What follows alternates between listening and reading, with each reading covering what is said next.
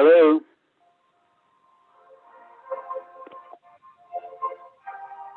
Hello? Yes.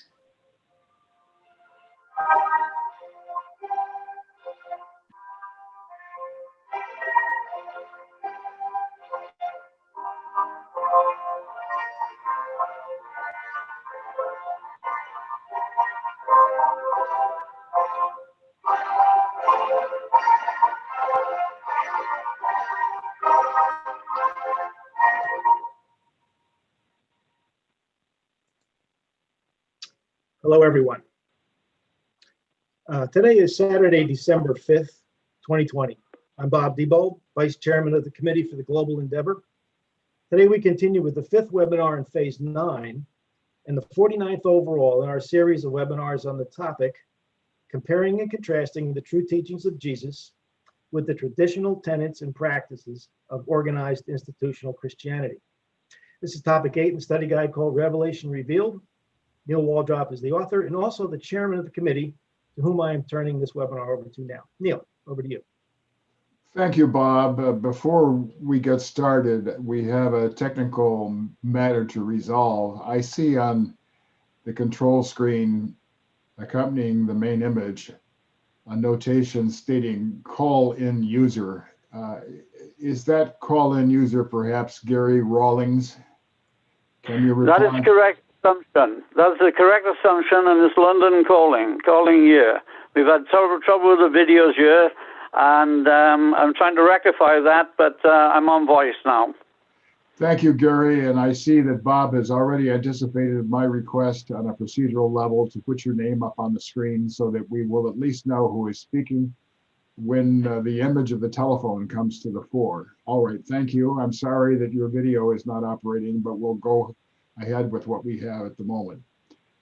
Well, returning to the initiation of the webinar, I wish to thank Bob for introducing me and state that yes, indeed, I am very pleased to be participating in this seminar online. We are discussing the topic of monasticism, specifically a document called Questions on Monasticism. For viewers who may not have been following our series, I'd recommend that you download that document, Questions on Monasticism, from the website of the Committee for the Global Endeavor. The citation is as follows: www.globalendeavor.net. I say again, www.globalendeavor.net. The word in the middle is treated as a single word, Global Endeavor, as if it were a single word, no space, no hyphen, no punctuation in the middle. The link to the document Questions on Monasticism is about 2/3 of the way down that homepage. Bob, I have a technical question for you before I go on, because normally the recording shows the person speaking. Can we go back to that for sure? Because there was an image of the telephone, namely Gary, while I was speaking. Is there something you need to do to correct that, or are we all right? We're okay as far as I'm concerned on this side, Neil. I'm seeing each individual. It may be the way that you set it up on your screen. Okay, I'm sorry to deviate in a technical manner. We'll continue.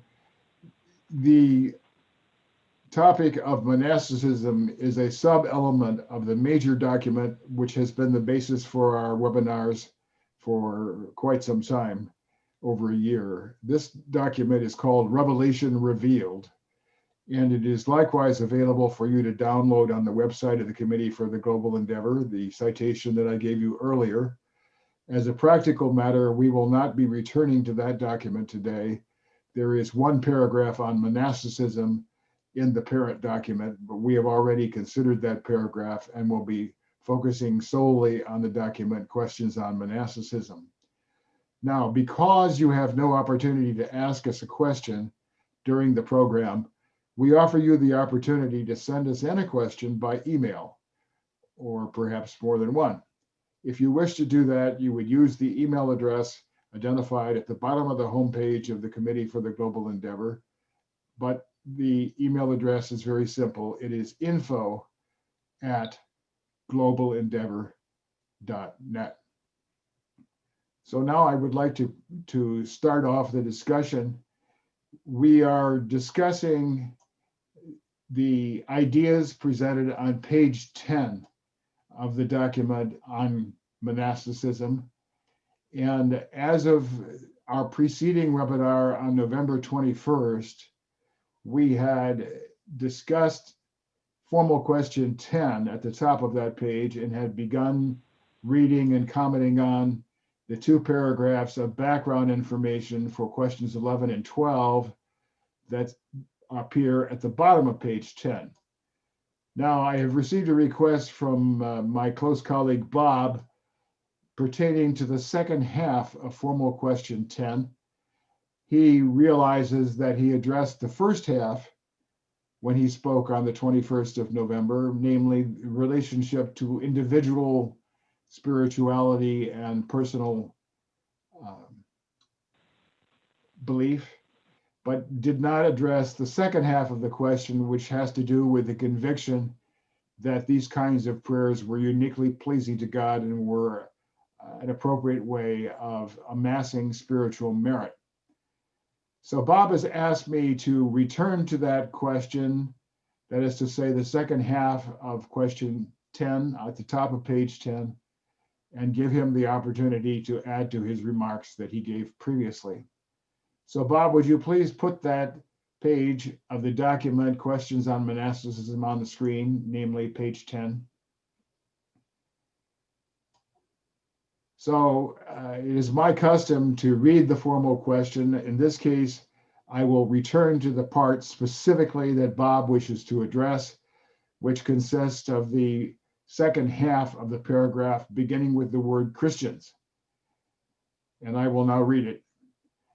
Christians of the monastic era, which extended from about 300 CE to about 1500 CE, appear to have believed that rote repetition of set stereotype prayers was intensely pleasing to God and was especially effective as a technique for accumulating spiritual merits aimed at atoning for sin and warding off God's anger. Please interpret and comment on these convictions while seeking to explain why they flourished and prevailed for well over 1,000 years. So now, Bob, you may remove that and proceed to elaborate on your previous remarks. Thanks, Neil. I saw actually, you do such a good job on the report, Neil, that when I got down to the bottom of page 15 here, I realized that you were talking about me, or when you said, you know, you didn't really answer that question, because the question was really looking for why did the monasteries, why did the monks, why was it the convention at the time for rote repetition in unison and group prayer, where the whole assembly of monks in that location were intoning the same words. I think I talked a little bit about the inner mind. We talked about the boredom in the first half of the section. So thanks for reporting it well, because I realized that there was a missing piece, and I wanted to add an addendum, I think. So certainly appreciate the ability to do that. I think it has, this is a really important question, because we know from the fifth epochal revelation, and I think if you read the Bible closely, Jesus didn't really teach repetition prayer. So why did it hold sway was really the question. And I think it's a good question, because it's a phenomenon of the monastic phenomenon. We've talked a lot about the monasteries being all over Western Europe, and in fact into Spain, and dotted the whole Eastern Empire. So we've got a number of phenomenons here, and this one to me was one that I didn't notice. that part of the question was one that went kind of sort of begging. So let me build some context first, Neil, if I could. I just said that from the fifth epical revelation, we know that Jesus did not teach repetition. As a matter of fact, if we go to paper 146, section 2, paragraph 15, we're taught by the Midwear Commission that Jesus warned his followers against thinking that their prayers would be rendered more efficacious by ornate repetitions, eloquent phraseology, fasting, penance, or sacrifices. So he clearly taught that this was not something that he advocated. So did they miss it? And how did it 500 years later become part of the institution of the phenomenon of the institution of monasticism? Let me read one more sentence here about this. So the Midwears are telling us here, but he did exhort his believers to employ prayer as a means of leading up through thanksgiving to true worship. So prayer is important, obviously. Jesus deplored so little of the spirit of thanksgiving was to be found in the prayers and worship of his followers. Now, he did go off at times, and in fact, he didn't do public prayer. So why was it that, after the resurrection and Pentecost, that this sort of a function took over? So I think what I found from this is that it seems like we've got evolutionary religion at work, punctuated by revelation, which is the fourth epical revelation, of course, Jesus's revelation. We do know that the Jews had some 25 or 30 set prayers, which they recited in the synagogues and even on the street corners. So the history of at least the Jews at the time was repetitious prayer. And in fact, in paper 144 is where this is basically described. Jesus was particularly averse to praying in public. Up to this time, the apostles had not seen him, and this is when he was doing the ordination that we're talking about. At the same time, Greek culture, and we know that it's the Greek culture that basically amalgamated with Hebrew religion to be able to start the foundation for Paul to be able to amalgamate into Christianity. The Greek culture at the time was very disciplined also, but it was a physical discipline. It was a bodily discipline. So we've got these two converging elements that are converging on Christianity. So the context I'm building here to try and answer the question as to, well, how did this wind up being a full convention? Need a little bit more here. If we go to paper 90, which is talking about shamans, the discussion there, and if you remember what we're taught by the, I believe it's the Mighty Messenger, tells us that starting with taboo and moving down through the primitive savage, we wind up with sacrifices being basically a repetitive function of all religions that were on the planet. It's the normal evolutionary track that religion takes.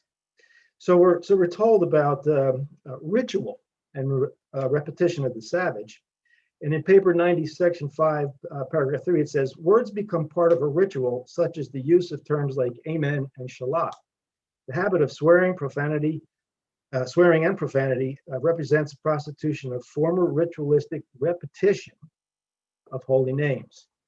So we're seeing not only this Greek and Hebrew culture and philosophy that are intersecting, but we've also got the momentum of previous history of not only the savages. Make note that the barbarians, I don't think, are savages, but the pagan religions that Paul was going to approach at this time were completely built around that same structure, and they were probably just a touch beyond savagery. So my thought of this is that I'm still adding context here now before I get to the answer. It seems like this is a topic that I could probably make a dissertation about. Try to make this a little shorter here, if I can, Neil. At the time, of course, the religious concept of God as a king judge, while it fostered a high moral standard and created a law-respecting people, it left the individual believer in a sad position of insecurity, respecting his status in time and eternity. So even though there was some disciple, a number of John the Baptist's disciples, they probably, with Jesus's teachings, probably numbered in, maybe the thousands at the time by the first century. This is what we see when we see the Desert Fathers that are running away into the desert to get away from this basic society that is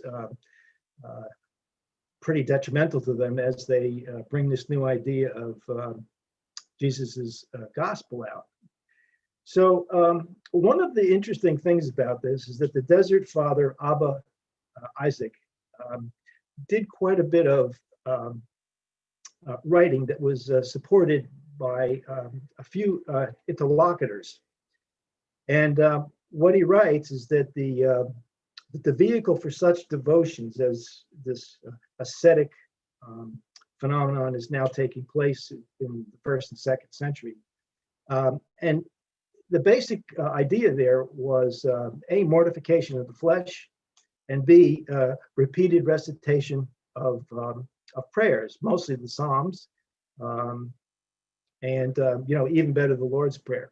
So all of this was all starting at the same time, and it seems to me there's a great evolutionary push that the 4th epoch of Revelation is butting its head up against right now. Okay, so now we've talked about this a little bit before. So how do we arrive at this idea that just a repetition in the group is not only how to gain merit, but also how to save the soul. So Cenobitic asceticism takes place by the 2nd century with Pachomius, and we talked about that in a few previous webinars. And it's at this point that the incessant repetition of saints, of chants and prayers, was the follow-on to this mortification idea. So while this singular asceticism was taking place, which was the mortification of the body, they added the exercise of incessant meditation and prayer. So now we've got a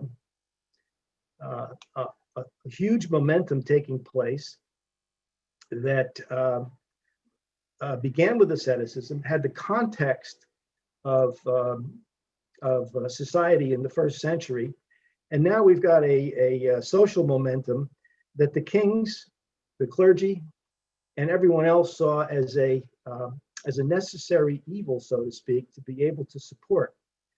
So what we find happening here is, as we move on in the centuries, is this idea that this great interplay that we've talked about in previous webinars, where the support from the secular to the religious is self-reinforcing. So we're essentially in a vicious loop. And what a vicious loop is means that it's not a balancing loop. It's not one that provides for progress, but it definitely provides for an implosion, because it's growing beyond leaps and bounds all by itself. It's self-referent and self-forcing. So to me, the thought about this whole question, one has to, I think, and I took a little bit of time here going through some of the history of this, is because we've got almost a perfect storm taking place here. And it just to kind of follow up on on this. You can see why, the wealthy elite would give land grants. I mean, here we have, not only we've got this momentum of an idea coming from asceticism to group prayer, but we've also got the support of the landed, of the kings and the gentry and those that own the land. So to then kind of sum this all up here, by the time that we get to Anselm, and I believe it's Anselm, which is essentially 300 to 400 years before the Reformation, I think we find that there's a beginning breakdown of where he's now writing prayers, and in fact he was creating prayers for the individual. These self-reinforcing loops at some point are going to implode. And in very many ways, I think when we finally get to the Reformation, we'll find that this basic implosion is what takes place. And it's one error after another compounding itself. And this was a major primary error, was this, even though it seems small. I mean, it really seems small. When I first looked at the question, I almost thought it was, not very important. Until you get into the idea about what's really going on here, I think we had a perfect storm. And I think that what we'll find when we finally get to Anselm and the Reformation is we'll find starting to get this vicious loop is going to start to implode. So that's my thoughts about that, Neil. I hope that there's some food for thought there. Back over to you. Thank you very much for that extended narrative. I agree that there definitely is food for thought in a great deal of what you said. As a comment on the remarks that you made at the very end, we will not get to the Reformation. Our study ends just as the Reformation begins. I think I mentioned at one point the act of Martin Luther protesting indulgences, and that occurred in 1517. So it is approximately the year 1500, which is the year that I have stated as the turning point, as the ending point for our discussion. Your analysis, if I can react slightly, of the evolutionary religious antecedents of this practice of group prayer was very persuasive. But I will have to say, however, that there is an element of the question that you did not address.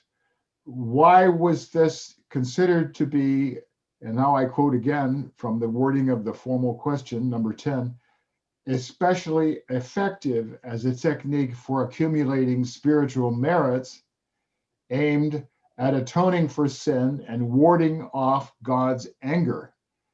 And as a brief comment on that wording, we have a subtext of anger here, a conviction that God is angry with human beings and has a definite inclination to punish them for either their sins that they have committed or sins that were attributed to them because of the concept of original sin by Adam and Eve.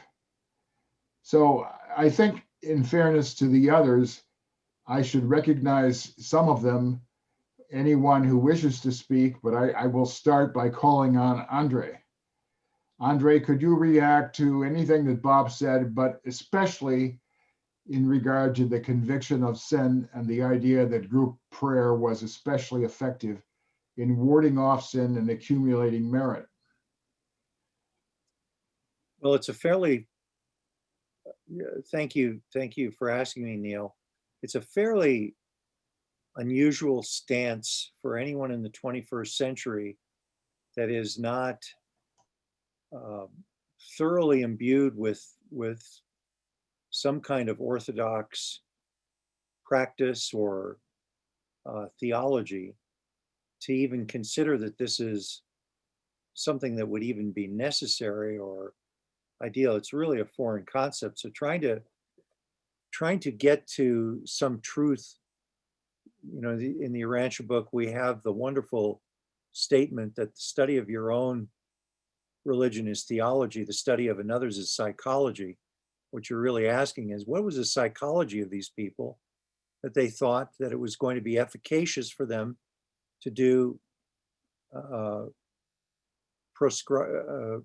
prescribed rather prayers of a certain kind that would in theory assuage God's wrath. And in the first place, you have to suppose that the ecclesiastical authorities of the time put forward the theology that God was wrathful. That to me raises the question of, how do we get from the teachings of Jesus of Nazareth in the 1st century AD to that time, a mere 3 centuries later, to the idea of God being so entirely wrathful? And all I can think of is that despite Jesus' revelation of a loving and merciful God,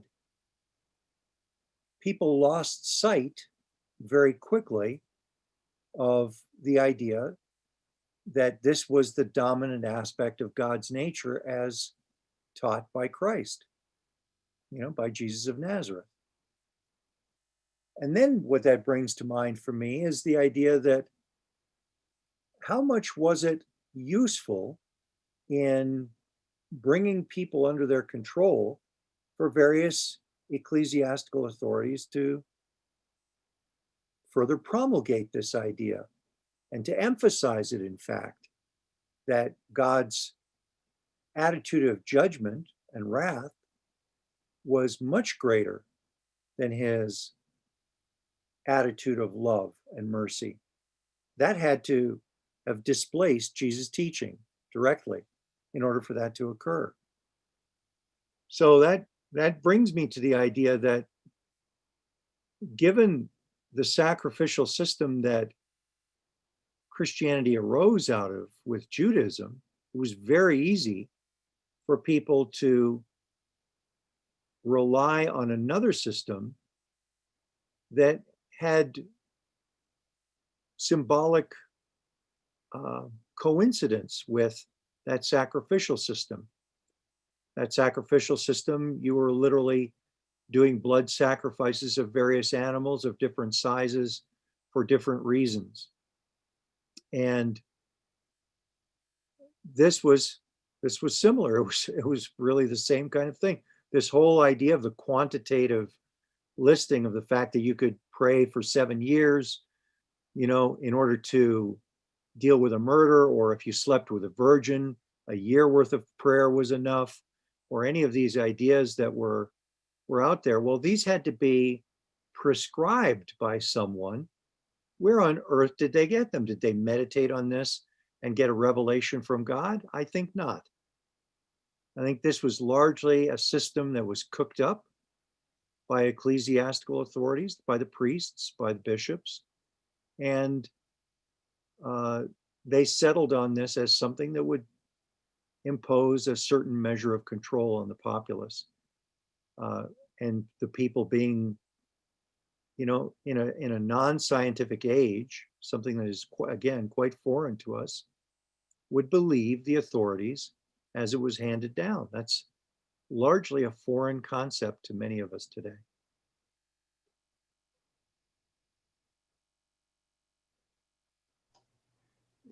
Thank you, Andre, for very interesting reflections. I would now like to turn to Marvin because of the association of kingship with the concept kingdom of God. In previous webinars, Marvin has explained that Jesus reluctantly accepted the idea of the kingdom of God, whereas he would have much preferred family of God, and indeed that is a core teaching that we can infer from the 5th epical revelation. But if we talk about the concept of a king, we have the analogy of political rule in the kingdoms of that day, wherein the king or some other ruler exerted authority and indeed might be angry when someone offended him. So we have a transference of kingship and judgment and punishment that may be part of the answer, along with the conviction of sacrifice that Andre referred to. What would you say, Marvin? Why was there a conviction of sin and guilt concerning which God was angry? Well, I was going to share a few thoughts that I think intersect with the question you were asking. Can you hear me okay, by the way? You're fine. Okay. If I think about the different fields of sort of anthropology, and I'm probably not using the sense correctly, but anthropology and theology, theology being the philosophy of God concepts, of God's nature, in a sense, and anthropos, being the study of man's nature, at least socially and historically. I guess perhaps I'm thinking about this kind of simplistically, but as I look at the trajectory historically of hundreds of thousands of years ago and what preceded and led up to the Judaism of the time and the mystery cults of the time, and really all of the religious traditions of the time, what you see is a large evolution from the earliest primitive states of religion, where the projection from human nature onto God and saying God is simply a big bad human being on high. That's primitive religion, and it's universal. So it wasn't just characteristic of the Jews; it was universal, and it's universal in human history. That tendency in immature religion to extrapolate from human nature and project onto God and say God is like us. So we get angry. We're power mongers. So God's got to be that way, at least in part.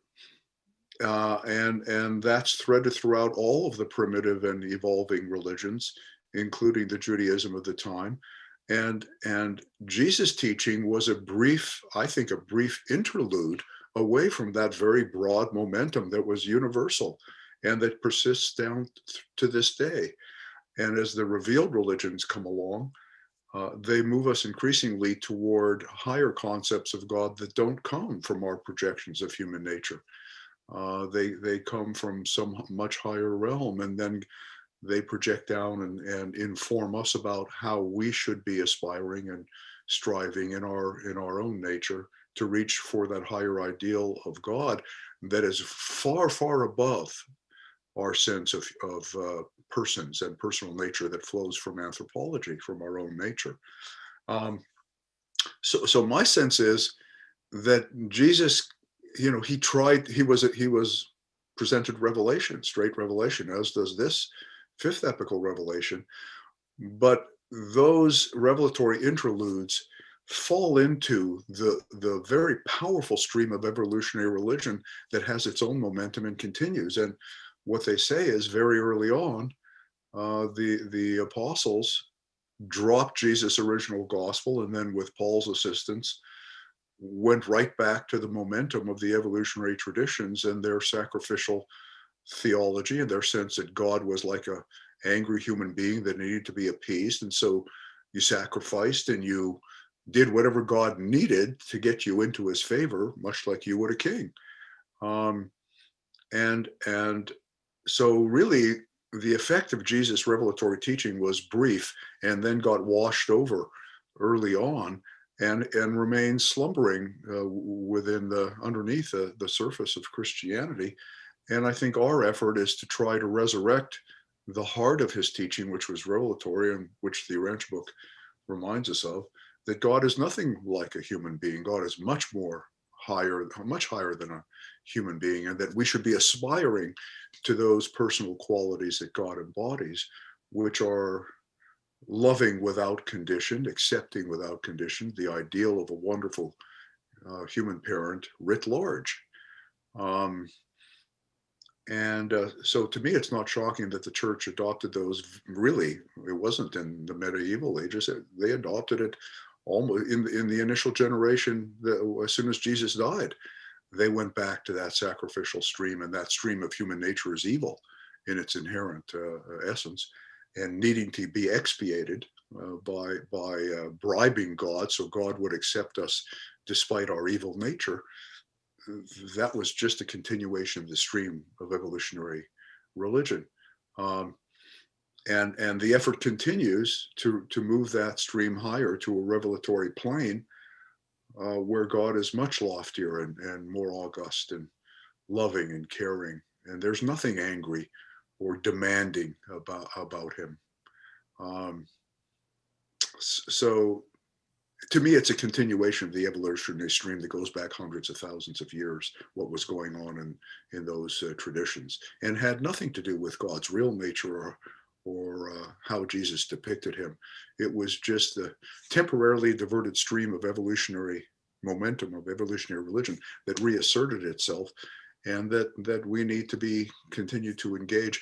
And in our current day, like the Orange Book says, the power of the religious institutions was gutted by the scientific revolution.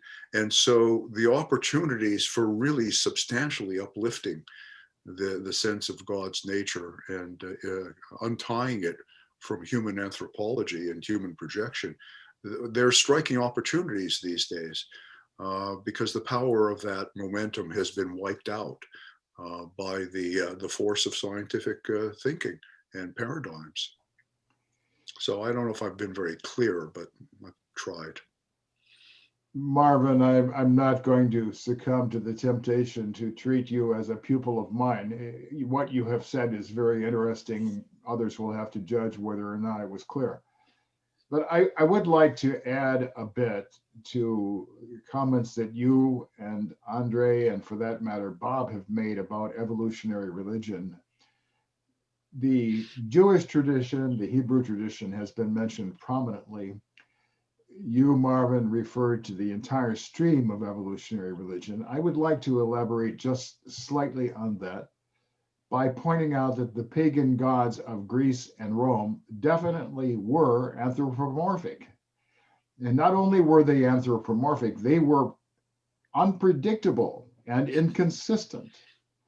And according to the beliefs at the time of the pagan traditions, these various gods were quite inclined to punish, not simply reward.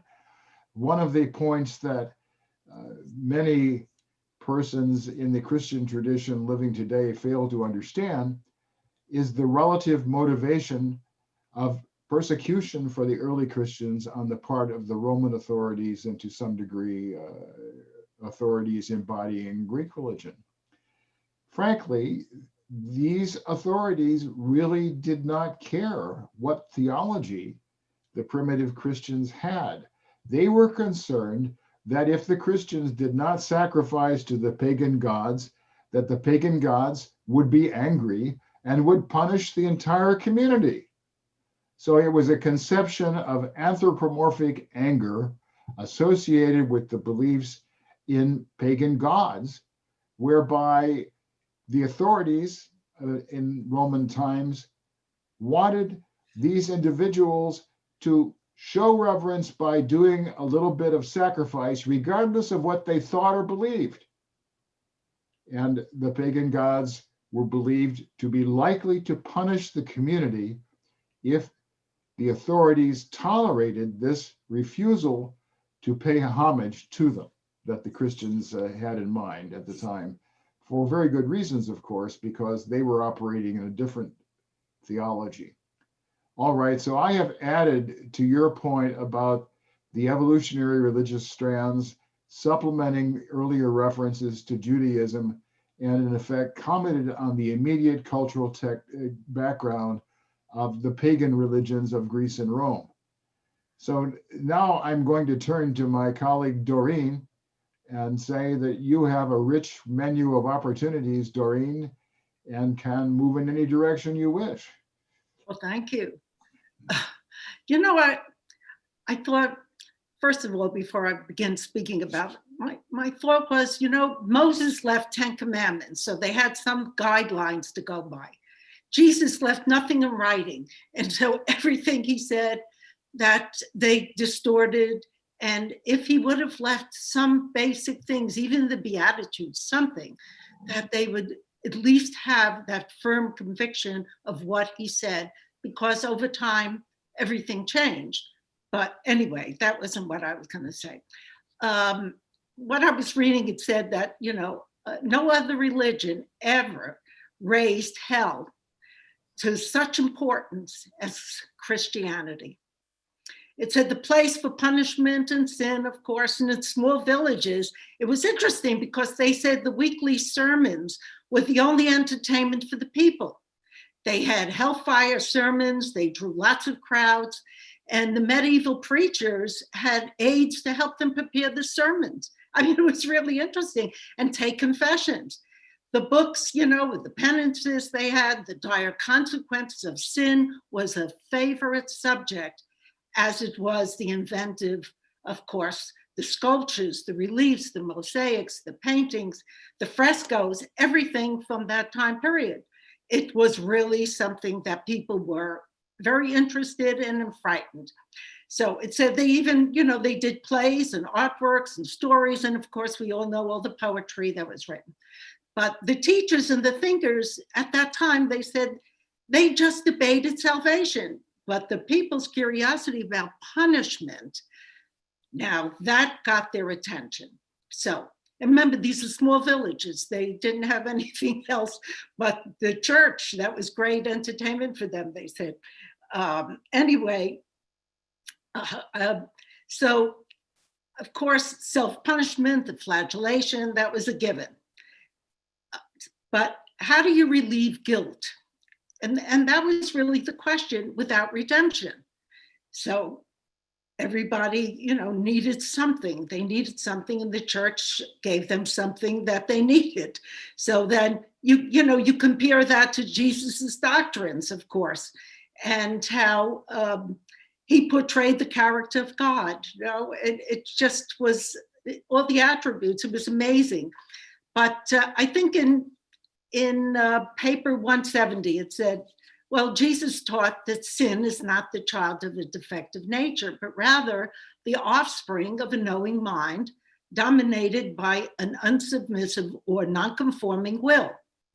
Regarding sin, he taught that God has forgiven, that we make such forgiveness personally available by the act of forgiving our fellows. But you forgive your brother, of course, in the flesh, you thereby create a capacity in your own soul for the reception of the reality of God's forgiveness of your own misdeeds. So the early Christians, and also the latter ones, it said, they lost sight of the father and son idea that embodies in Jesus's teachings of the kingdom. And they substituted, therefore, the well-organized social fellowship of the church. And that became the main social brotherhood, which displaced Jesus's concept and the idea of a spiritual brotherhood. And then in paper 121, it said, but Paul's theory of original sin, the doctrines of hereditary guilt and innate evil and redemption therefrom was partially Mithraic, Philo's philosophy, or Jesus's teachings. But some phases of Paul's teachings regarding original sin and the atonement were original with Paul. And that's what I was going to say on this topic, because we talked about it last time so much. I really, I put my papers away from that time period. Well, thank you for putting your papers away. Bob started this short discussion by saying he was thinking of writing a thesis. I think he could very well submit this thesis in a graduate course on the development of religious thought if he wished to do that. Sure. Although I hope he won't, because it would take away too much of his time and energy that I need to help us run this series of webinars. Gary, I see your name, but I don't know whether you really are available. If you are available to speak, please respond. gone. Well, it looks as if either Gary is not immediately available or technically unable to speak to us during this part of the webinar. So I think we have concluded a very interesting discussion. I have to convey my appreciation to my close colleague, Bob, for in effect re-immersing ourselves in the second half of formal question 10, even though there was a very thorough discussion in the preceding webinar on November 21st. The point, of course, was that that discussion had focused on the reactions of individuals, which are mentioned heavily in the first half of the formal question, whereas now we've had a very interesting discussion about the convictions about the value of group prayer in unison, reciting stereotyped words. So now I will return to the discussion of the background information on questions 11 and 12 that we began last week. I believe for the purposes of continuity in this webinar, it is worthwhile to ask that the first two paragraphs be read again, even though they were read during the last webinar. Andre, given your enthusiasm for the question of guilt and punishment and so on, I will not say that you are guilty, but I would say indeed you are an example of the opposite. And therefore, I request, if you could, to read these two paragraphs. The first one begins medieval rulers, and then the second one, the concern with vicarious merit. And that paragraph continues on for 3 lines on the top of page 11. So could you read those for us, please? Certainly. Bob, if you would put them on the screen. I've got them. Okay. Medieval rulers shared. Oh, well, I had them. What I love about Zoom is it will take you away from whatever screens you had open. It'll commandeer your screens. All right, medieval rulers shared with their people current doctrinal assumptions about the economy of salvation. These assumptions included the ideas of vicarious merit and the need to make satisfaction or reparation for sin. The merit that accrued to an individual through prayer and good works could be applied to other people, and not only to living people, but also to the dead. This concept played a crucial role in medieval religious practice. To found and endow a community of monks was to ensure for the donor an unceasing fund of intercession and sacrifice, which would avail him and his relatives, both in their lifetime and after death. The concern with vicarious merit was associated with the belief that people could and should make satisfaction for their sins. Repentance attracted divine forgiveness, but without satisfaction, it was not enough. Compensation must be paid to the wronged party, and in the case of sin, the wronged party was God. The concept of satisfaction was fostered by the early medieval penitentials. These extraordinary documents belong to the same mental world as the barbarian law codes, with their elaborate tariff of monetary compensations for offenses against persons and property. They were primarily manuals compiled for the guidance of priests who had to hear confessions and to allocate appropriate penances. Private auricular confession and the use of a penitential were both features of monastic life. It seems that these practices were first extended to Christians living in the secular world by the Celtic Church, and that the Irish monk missionaries transported them to the Germanic peoples of England and the continent. Columbanus composed a penitential for the secular clergy as well as for monks. And under the influence of the Irish treatises, penitentials were also compiled in England. Bob, you need to move the screen now so that the next few lines are visible. Thank you. And circulated by the Anglo-Saxon missionaries abroad. From the 8th century, lay people were exhorted to confess their sins at least once a year, and a penitential treatise became part of the stock in trade of a priest. Thank you, Bob. You may take that down now. And thank you, Andre, for this very persuasive reading of the words. Naturally, we're reading the words of the historian C.H. Lawrence, but it seems to me that he has done a very good job of analyzing the underlying principles. Briefly, since we did talk about some of these ideas during the previous webinar on November 21st, I would highlight the two main points put forward in these two paragraphs: the idea of vicarious merit, that merit one obtains by doing various actions, particularly in this case prayer, can be applied to the spiritual welfare of someone else. And the second idea is satisfaction, or if you prefer, compensation. Both of those words are used. That not only is God's forgiveness necessary, but God must be paid back for the offense, as if a fine had been levied. And the implication that I read between the lines is that in this context, God was believed not to care who paid the fine. That if the monks paid the fine, then the believer was off the hook, in effect, using a colloquial metaphor here from our day and age. So without wishing to consider what I have just said as the final word on that, I prefer if we continue on to the next few paragraphs, the next two paragraphs, which are on page 11 of the document, and then in seeking comments on those paragraphs, people will be free to refer to anything in the preceding paragraphs that Andre read. Marvin, you are identified as mute at the moment. Can you overcome that in order to read the next two paragraphs? Sure. The penitentials and medieval piety. Thank you.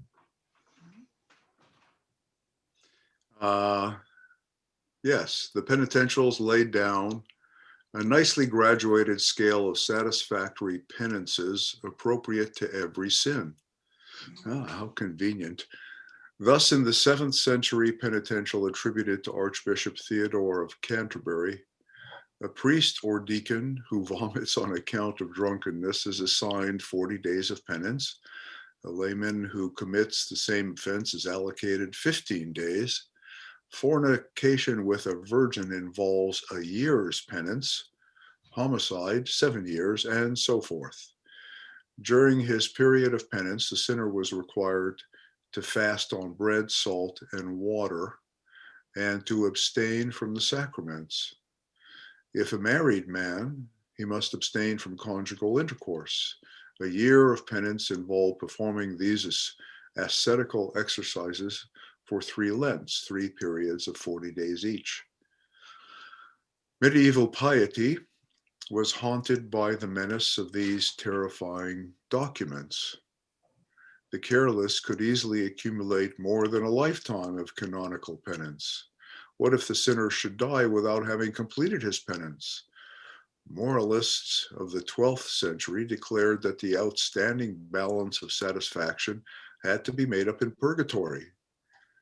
But in earlier centuries, before the doctrine of purgatory had been fully articulated, it seemed doubtful whether the penitent who died without having discharged his debt could be saved. The best hope lay in the possibility of commutation or substitution. Periods of canonical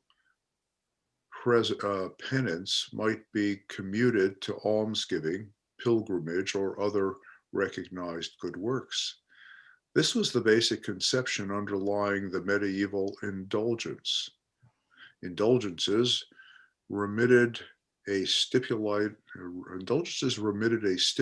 period of canonical penance and were attached to specified works of piety, such as visiting a shrine or contributing to the building of a church. Alternatively, a penitent might find helpers who could perform the acts of satisfaction on his behalf.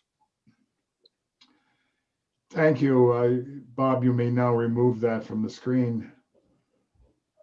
Marvin, having read that very professionally, I wonder if you would care to comment. Well, I like the allusion to an economy. It sounds very much like what it was, an economic structure or system. And, you know, economies are, their purpose is to arrange for the exchange of commodities. You know, I think the coffers that were being enriched in one way or another were the canonical coffers, you know, the church's coffers. And those who were kept in penury or slavery, really economic slavery, were the masses of humanity. And, you know, so I think that basic set of issues and questions that flow from it, ethical questions that flow from it, remain to our current day with capitalism to some extent. And, you know, the disparity in our system. So it's sort of like nothing new. It's just a medium of exchange where these penances and the sense of obligation, and it's very, very human. It doesn't seem to have much to do with God's sense of values, more with human senses of values. So, Marvin, I will ask a rather playful question, but it's not entirely irrelevant given your comments about economy. Are you implicitly comparing the Roman Catholic Church as it operated in those days with the Internal Revenue Service? Well, yeah, there are parallels in the sense that, you know, economies are means of accumulated power, accumulating packages of power, in a sense.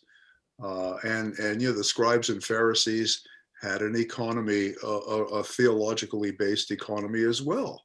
And they gathered taxes, as did the church. The church was the wealthiest institution in medieval times in the entire Western civilized world. So it was definitely an economic arrangement. And what's interesting to me, I've thought a little bit about spiritual economics in their true sense. You know, the primary commodity in the spiritual world, as I understand it, is the energy and reality of love, of affection. And that's the motion between persons is one of love, and loving motivation and actions flowing from that motivator. And, you know, if I love you, Neil, and act out of that love, do I have less of that commodity or do I have more of it? You know, the inherent nature of spiritual economy is that there's always more. When you spend it, you have more than when you had before, whereas material economies, you have less. So there's just it's a fundamentally different way of understanding the nature of value.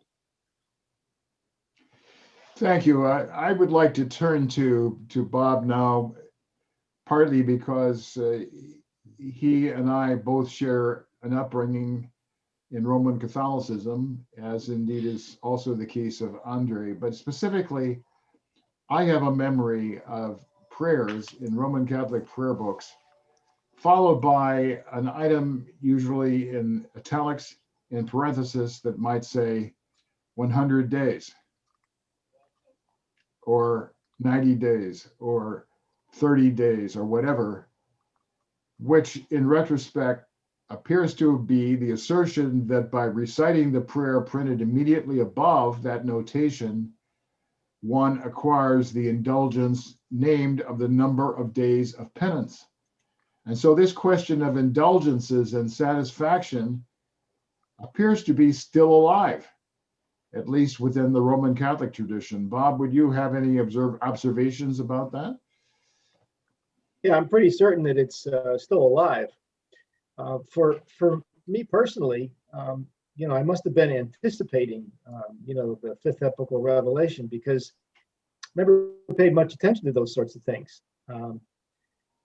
I do want to make a comment about something that about the term efficacious, because if we look at the last question in the dialogue that we had, the concern was, why did the population itself have this overriding belief that this group prayer and intercessory help that could be gotten in lots of ways was efficacious. And my thought was, and I didn't mention this, but I thought of it as everybody was discussing this, is that without the population thinking and feeling that it was efficacious, it wouldn't have lasted. We have a real hard time trying to understand why they felt that was efficacious. Life was much different, of course, in the times, at least before the before the 11th century, before the turn of the millennium. But yes, I have seen, depending on what kind of a sin that you created, you could draw the line where this one was only venial. So go ahead and say 5 Hail Marys or 5 Our Fathers or whatever they decided seemed appropriate. It was arbitrary. And it seems like, as we were reading this here today, as Marvin was reading this part, I think it was the part, the idea of the economy makes a heck of a lot of sense here. We mentioned this, I think, at the end of our last webinar, where we were thinking about, you brought it up again, is the church like the IRS? I mentioned last week that it seems like the intercessories were the bankers. And maybe God was perceived as the Federal Reserve, and maybe that's where these concepts of capitalism actually come from.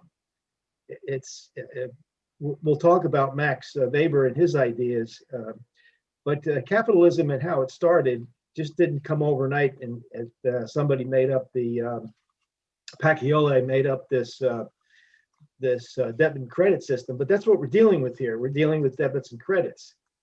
And that's what vicarious merit and vicarious punishment, if we look at the causality of that, they're actually contradictory. The vicarious punishment is something that the banker, the intercessory, or just the intercessory can dole out. But the vicarious benefit doesn't come to the intercessory, it goes directly to the individual, apparently. So we've got a process problem here. And I think that's probably what bothered me in the beginning of all of this, is that it sure sounds like it's really made up. And as a matter of fact, as Andre and Marvin were reading these paragraphs, and as I've read this before, it seems like that there is a cacophony of terms that are all interrelated, and they're process related in many ways, that the individual has absolutely no control over the process. So that's a thought, but it is an economy. I would agree with Marvin that we are dealing with either the beginnings of the economy, but we're definitely dealing with a credit and debit ledger here, for sure. Yeah. Thank you. You perhaps offer me a very clear opportunity to call Marvin's remarks economical, but I will refrain from making that accusation. I see him smiling because he knew it was a humorous remark. But instead, I will turn to Doreen and ask her about the implications of a professional calling. In other words, the monks were professional religionists who prayed. Is part of this function on their part associated with a conviction among average believers that the monks were better at this business of praying than they were, and therefore that God would listen to them more than if they were to pray themselves? Do you see something to that? Well, I always thought that I guess there's an intermediary. They played the part between God and themselves because they couldn't believe that they could talk to God directly. So of course, and to pay money, why not? People pay all the time for things that you mean you get it free? It's almost, I think they called it a tariff at that time, that's what they had to pay. And it's interesting. I mean, it's like punishment. You can get away with something. You mean, how does a good parent, or how Jesus taught, you don't negate what children do, but you explain to them the better way of doing it. And so if they just did that and just, and let the people emote, I guess, to carry around this burden that is making them feel guilt and they're unhappy about, they need to unload, and they do it today. I'm sure of it. People go to psychiatrists or psychologists, as Marvin knows, and they have to unload the punishment, the self-punishment, because they're tortured. So if I pay money, maybe it feels even better. And again, of course, pray for me, for the rest of my life, and I'll give you land, and, all the stuff that we discussed earlier. And it is just, I don't know, I really have no experience in it, but I'm just estimating that there's nothing for nothing. And of course, once you start an economy, well, I didn't see it that started capitalism or any sort of thing like that was suggested. But I had read, I think, earlier at the beginning of this subject that it said something about they had the barter. Everything was barter. You grew the stuff and, the vegetables, whatever, you exchange it for something else that somebody had. But then there are other things, necessities, that said that they needed, and they couldn't exchange anymore. So they came up with the system of the monetary system, so that I could buy, when the ships came in, we could purchase directly and not have to give something that somebody doesn't need in return. So that was that. But what do you want me to tell you about this? I know we have questions coming up in I think 11 and 12. Is this what you're asking us to answer now, these questions, or it's just because that's subject to the same the same subject that you just read? I thank you for calling attention to the fact that we are indeed leading to those formal questions. My effort in addressing you was to add the idea of professional persons who prayed, and whether there was a concept that their prayers were bound to be more efficacious, using the word that Bob used, because after all, they were professionals. Yeah, of course. And they were expected to do the thing right, whereas an individual believer probably wouldn't know the words, or at least wouldn't accomplish the prayer with an equal degree of gusto or enthusiasm or exactitude. So do those observations make sense to you? I saw you nodding a little bit. No, I thought that's exactly what continues to this day. Of course, they are. I mean, that's what is the Pope? The Pope he's God incarnated, as his representative. It's the same thing, the self-importance. And I don't think the monks started off that way, or the priests. I think they really did have, altruistic, sincere intentions of really helping other people. But then it becomes a business, like everything else. Oh, and I could do this all day long, and now we have money for other things. And I think they did help the poor. I mean, I think I did read that at this period of time, they did help the people that had nothing.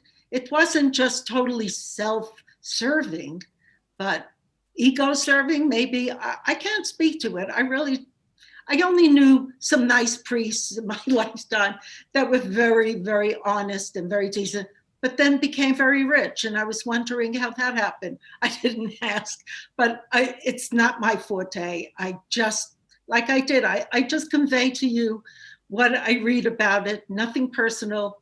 So, but you said it, and I agree with what you said. Absolutely. Thank you. I will now try once again to see if we can give Gary Rawlings the chance to contribute.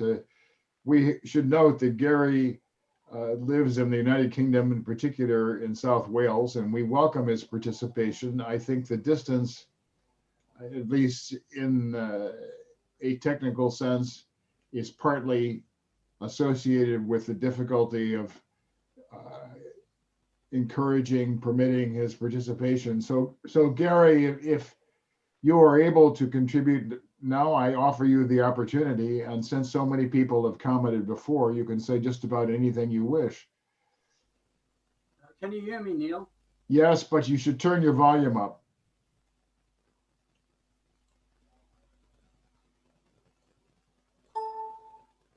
Can you hear me now? That's better. Well, eventually I'm here. First of all, I want to say thank you for the invite today, this evening. It's not this morning. Good to see Andre, and good to see Marvin. We haven't seen each other for a long time. Marvin, 2009 and 2018 in Amsterdam. So it really is nice to be amongst everybody here this evening. A lot of gremlins on the line. And thanks, Neil, for letting me reply. Now, I've been doing this with this in one hand and trying to control everything in the other, like a bit like a minesweeper there. Yes, where do we go on this? If you look at the time when Jesus was born, if we go back as far as that, you can see that he had to go to Bethlehem, Nazareth, because they were taxed. They had to go there to register their tax.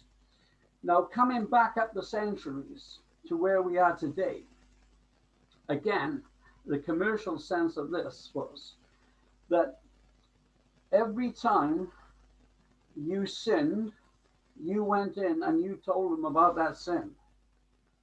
So that's how they monitored everybody.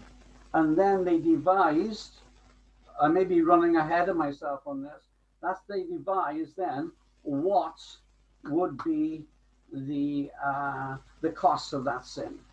How would it be? So it was like a monitoring system, very well executed because there was no competition.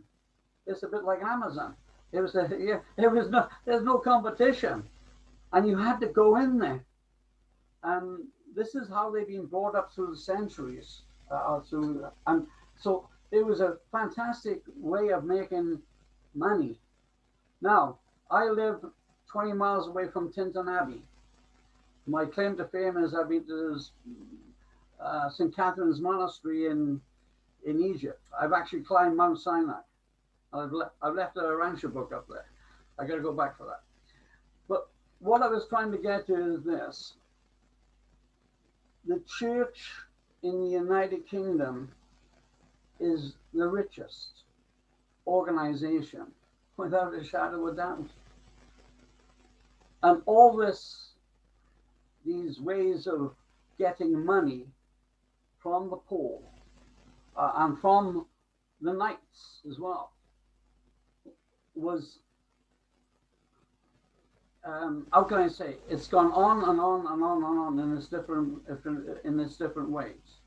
So yeah, they had a system in place, and that system was to extract as much money as they possibly could from the people.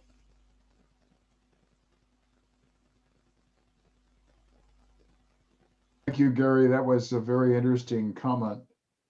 I believe that the idea of extracting money was certainly an important part of this economy of salvation, economy of sin, using approximately the words that Marvin used before. And so what we lose in this is the idea of God being a loving father, that instead God is more like a banker, or as Bob commented during our previous webinar on November 21st, perhaps God is viewed as equivalent to the US Federal Reserve System, whereas perhaps different bishops and priests are bankers that operate on behalf of the Federal Reserve System. Well, this is an extremely unattractive idea, and we can all regret that it seemed to have taken hold among the believers of the Middle Ages. Various people have commented on the relative lack of education and the fact that they were largely under the domination and control of the organized church, which presumed to speak for God and which claimed to have the authority to speak for God. And so a sincere believer was fearful and intimidated by these claims and largely accepted that assertion. I think it's not appropriate for us to go into all the psychology involved, but it was certainly present. Now, I would like to, all right, Marvin, I see a motion on your part for additional remarks. Go ahead. Well, just one of the facets of this conversation that I think has been intriguing, and I have to apologize, Neil, because I don't think I rose to the occasion when you sort of floated the contrast between a family metaphor and a kingdom metaphor. And I wanted to kind of return to that in relation to this issue of economic dynamics. It's interesting. The Urantia book is really clear and pervasive in the imperative that it puts out, that we really need to move to a new higher symbolism for our understanding of who we are, what we're part of, and what the nature of the cosmos is, and our relationship with God as the author, the creator of everything.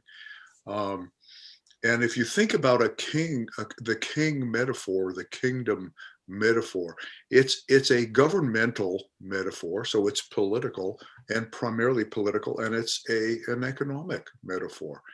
It parcels out power and structural power.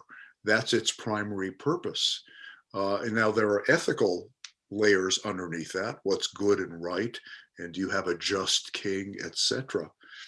But to look at that as an overarching symbolism, a symbolic metaphor for reality, versus the metaphor of the family, and ask yourself the question: what's the basic commodity in a family structure?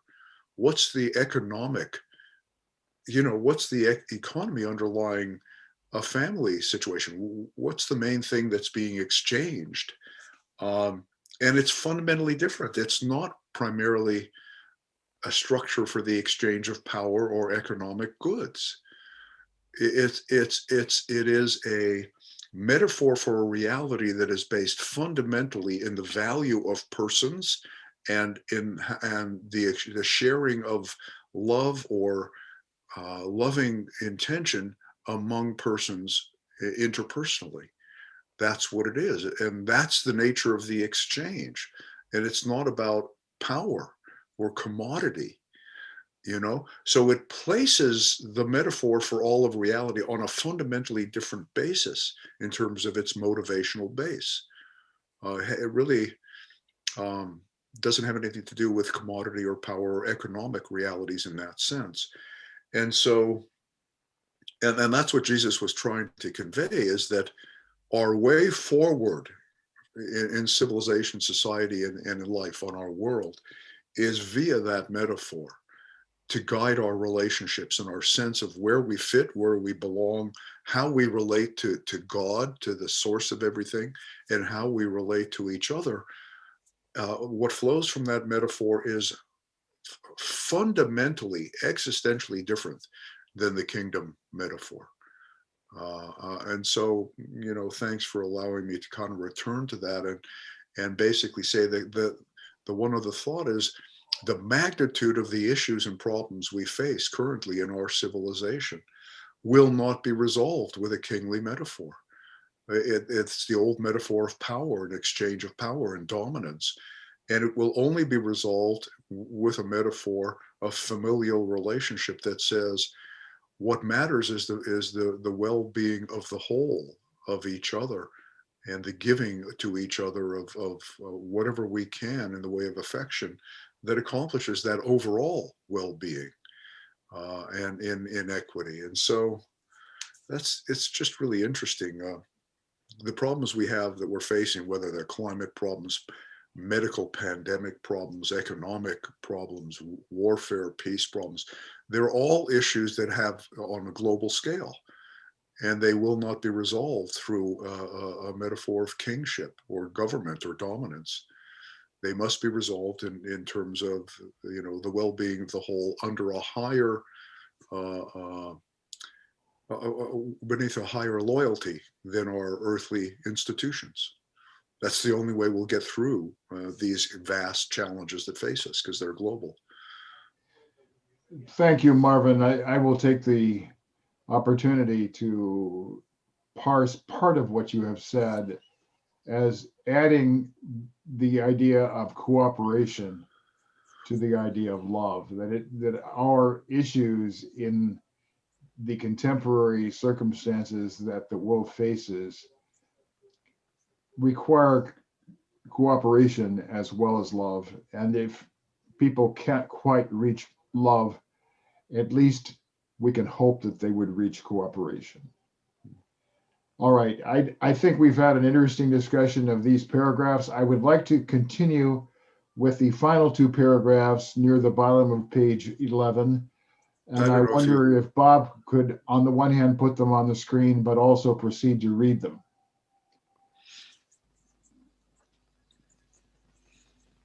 Sure, thank you, Neil. These features of the medieval penitential system in part explain the eagerness of princes and others to found and endow monasteries. A gift to a monastery was of itself a meritorious act which might remit a long period of penance. More important, the monks, through their penitential life of continual prayer and fasting, acted as surrogates for their benefactor. They performed the satisfaction on his behalf. Moreover, as a deathless society established in perpetuity, they would continue to render him this service until the end of time. This also explains the concern of secular-minded princes and magnates for the cause of monastic reform, which is a recurrent theme of Charlemagne's capitularies. The prayers and mortifications of holy men would be efficacious with God, but clearly to a benefactor who hoped to participate in the merit acquired by a monastic community, to reap the spiritual dividends, as it were, a community of lax and negligent monks was a poor investment. Thank you. That's good. I would like to pursue this by turning to you in substance. If I look at the final paragraph that you read, it implies an attitude on the part of donors or benefactors that these prayers of the monks had been bought and paid for, and so the monks had better do it right. Do you have the same impression? I do. It's clear here as to what Lawrence is saying, where he says that if you have a community of lax and negligent monks, they're a poor investment. Kind of goes back to what I thought about earlier, is that, back to this idea of somehow the population and including the donors who had the resources to be able to, support the monasteries, saw this as an important function. Well, there's lots of reasons for this. And one has to think that these donors may or may not have been deeply religious and worried about their own souls.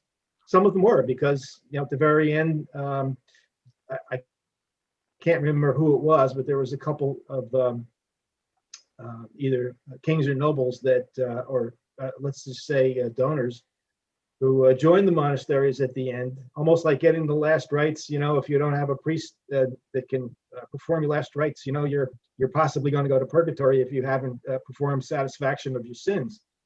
So, this was important, but it was also important because the donor wanted a benefit in return, and it was more of a material benefit in return than it was a real spiritual type return, which some did. So I think it was a mixed bag here, but I thought the interesting sentence in there also, or an interesting sentence, was that the prayers and mortifications of the holy men would be efficacious with God. So thinking about the religions of authority and the religions of the spirit, obviously Jesus taught the religions of the spirit, and we did talk quite a bit about this in previous webinars, that the religions of authority are these passive type religions, and this is essentially what the donors are trying to do. They're very happy to have the religions of authority. If I've got the resources, I don't have to worry about these penitentials, these penances of 100 days of saying prayers, or God forbid some other things that they would throw at you. So quite an interesting system that has been developed, and frankly, it's still a little bit with us here today. Thank you, Andre. I will offer you another metaphor, or at least another context in which we could interpret this behavior. It seems to me, at least, to have some similarity to an insurance policy, that people were making a contribution to the monasteries or supporting it as an insurance policy against going the wrong way at the end of their lives, that maybe they had done everything they thought was reasonable, but a contribution to a monastery, or perhaps even establishing one, amounted to a kind of insurance policy that would put them right with God. What do you say to that?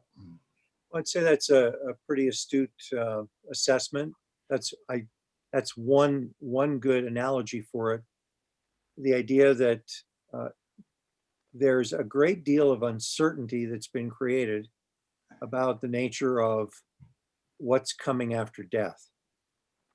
And if it's supposed that what's coming after death is great punishment for any particular kind of infraction, or even long penance in the afterlife in the form of purgatory, then that was something that would have its effect on people's psychology and how they might try to mitigate that. I mean, it's genius. It's I try to think of what we have that way today. Insurance is probably one of the best things.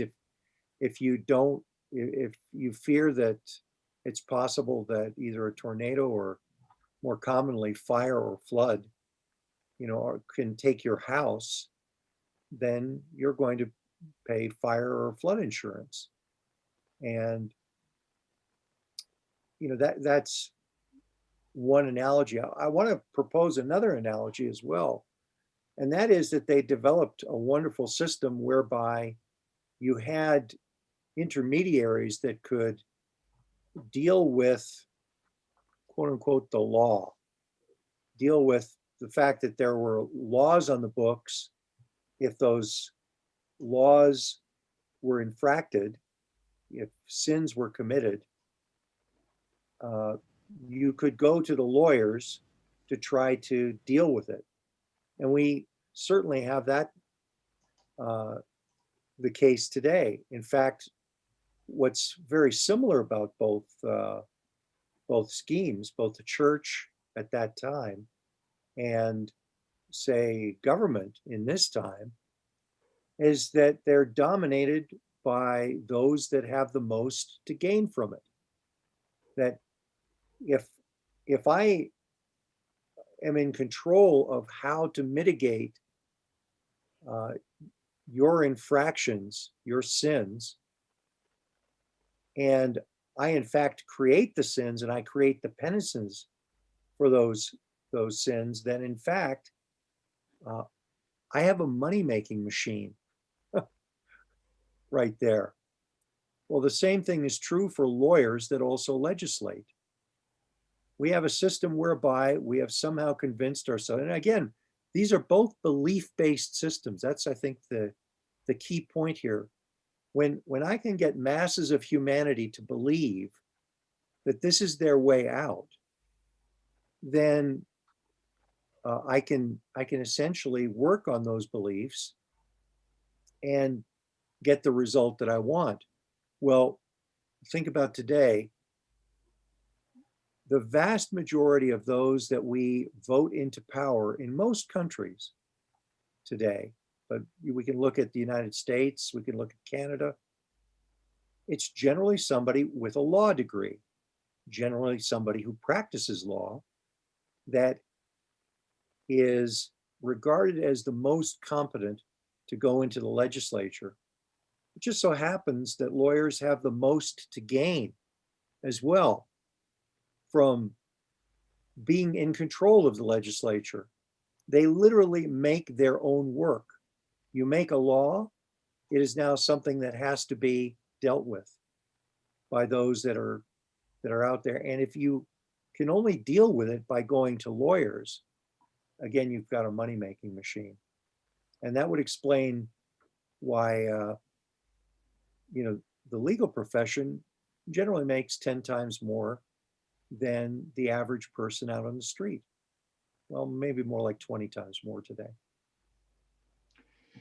Thank you, Andre. I was reflecting as you were speaking about the close relationship of some of your remarks to ideas that we discussed quite some time ago in conjunction with our introduction to the overall topic of monasticism, an introduction that we carried out on the 5th of September.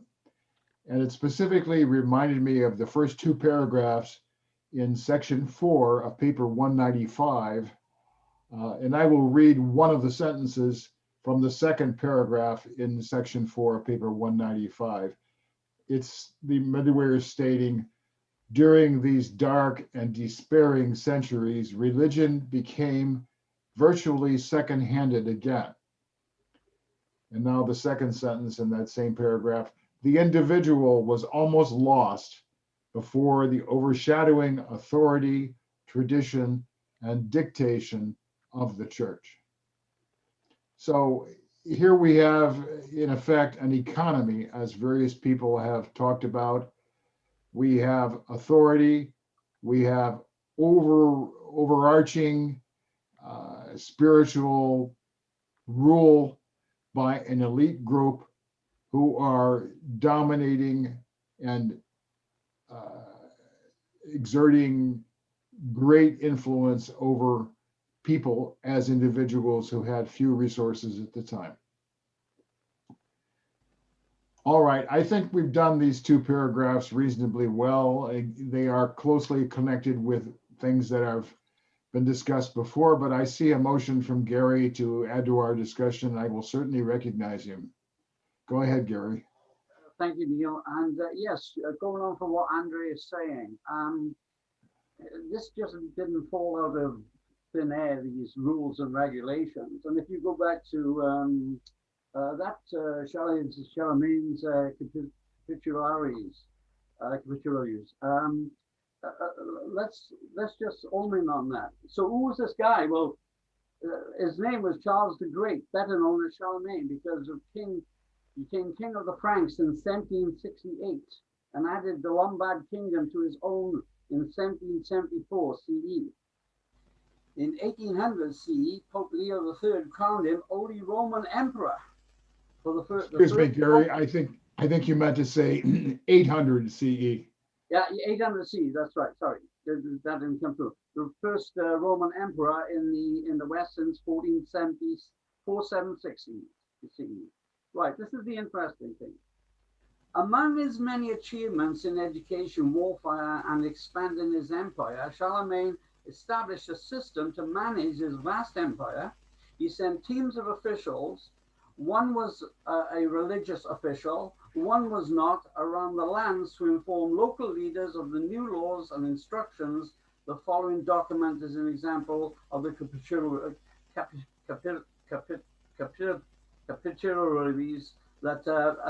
were going to be existing coming from him. So there was a rule of law there. And from that, okay, I'm looking on my right hand side. If you have a look at the Knight Templars, Okay, my daughter got married in the Knight Templars castle here in the United Kingdom. Now the Knight Templars, they give all their lands to the church, and the reason why is they were sort of hoodwinked, if you can call it that. Into the more you give, the higher you go. And between that and coming from this rule of law that came out in 774 CE, that is making the church a very profitable organization. Nothing to do with religion. Thank you, Gary. I agree with the general trend of your remarks. In effect, you have anticipated some of the discussion that we will conduct in a few pages later, specifically in connection with page 13 and the formal question 13 that follows it. That's perfectly fine because the substantive remarks that you have given us are indeed valid and important. But I would now like to go on to formal question 11 at the top of page 12. Bob, would you please put that material on the screen in front of us?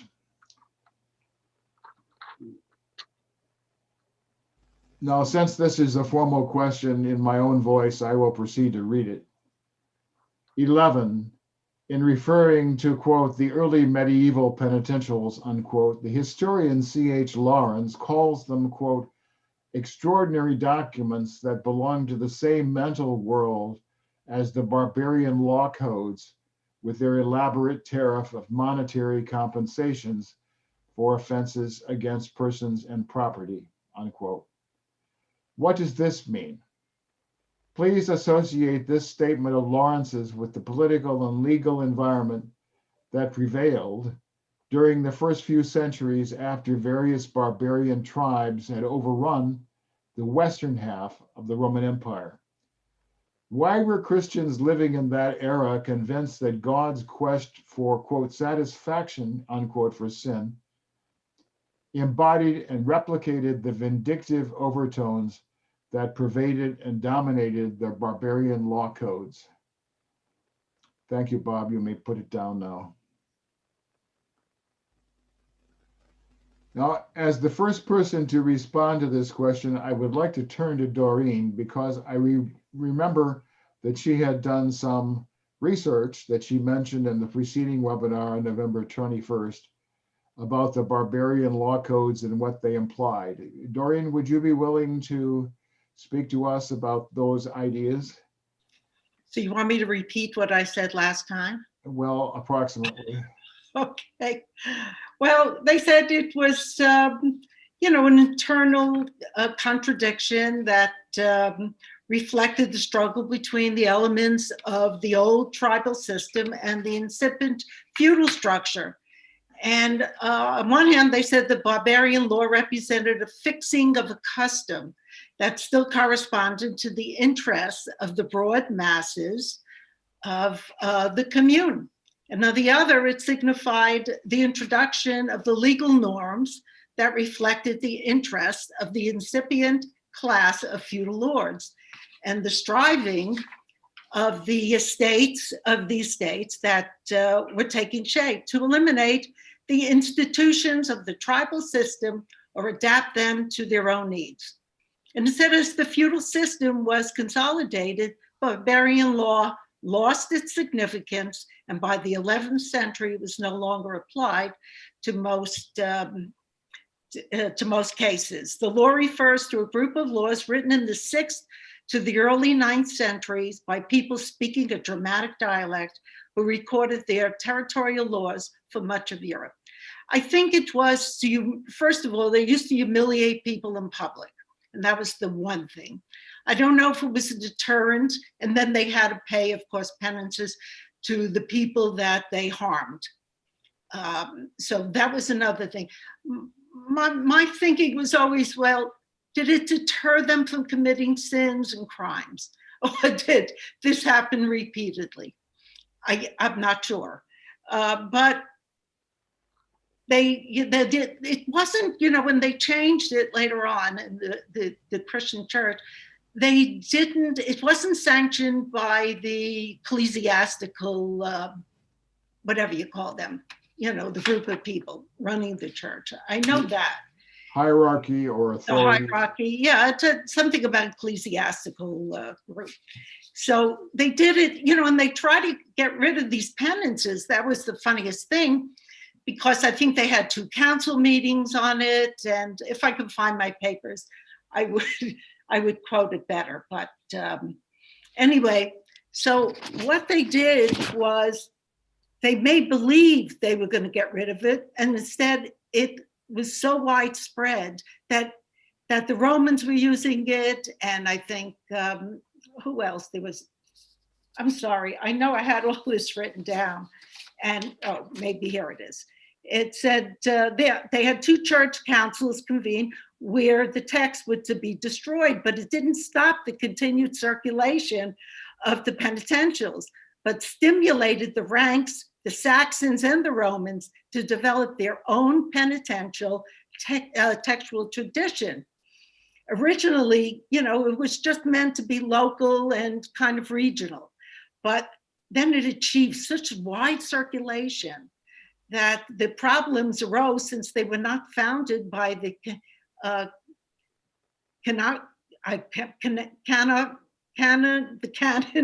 Canonical authority. Canonical sources, yeah, of ecclesiastic authority. So the early church fathers, they said, like Jerome or Cassian or Isidore of Seville, they cited that Pope Gregory on the need for clerical judges to operate with discretion. The idea is taken from a homily from John, which I found interesting, John 20:19. And the full text gives us some idea about how seriously such judges were expected to take their responsibilities. Gregory writes that as God's vicars, the disciples had the right to withhold forgiveness for some while granting it to others. I guess it depended how much money you paid. So the sources drew its knowledge on particular sins and methods they used to counteract their effects and implications. But the earliest penitentials were composed before the collation of early vernacular law codes of behavior made their presence known long before local, oral, customary laws were put into writing. And the text emerged early in the 6th century. So, I mean, I don't know if I answered your question, but I thought this is so bizarre, you know, how I guess it must have been so valuable and so worthwhile to continue, even though they were told to destroy the penitentials, and they didn't do that. So everything became a business. And I don't know if I had any more things to say about it, but I wanted to say before, they did have contracts. I had read they had contracts. They had law contracts. When you gave your lands, you had stipulations in there. It was signed by you. It was signed by, I guess, you know, the church, whoever was in charge there. So they couldn't just do anything they wanted with your property. And I know that, again, they made so much money that they fostered wars. They, and, you know, and so many other things. I'm sorry, you threw me off with a couple of your questions, and I lost my continuity of what I had investigated, which, again, there was so much information.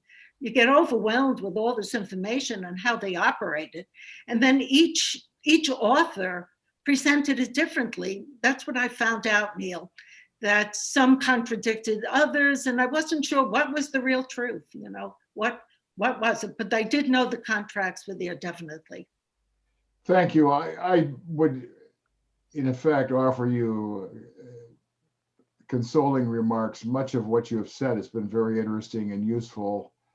I agree with you that practices differ and that different writers analyze the situation in different ways, but there is a great nexus of correctness and truth in what you have said, and I appreciate your effort to track down these features.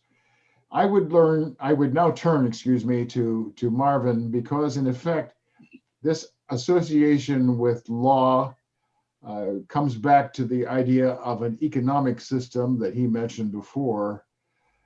In penalties involving a fine, there appears to have been no real concern about who paid the fine. And I wonder if that fact in law about someone being able to pay a fine on behalf of someone else is at least tangentially related to our earlier discussion about vicarious merit and satisfaction and compensation.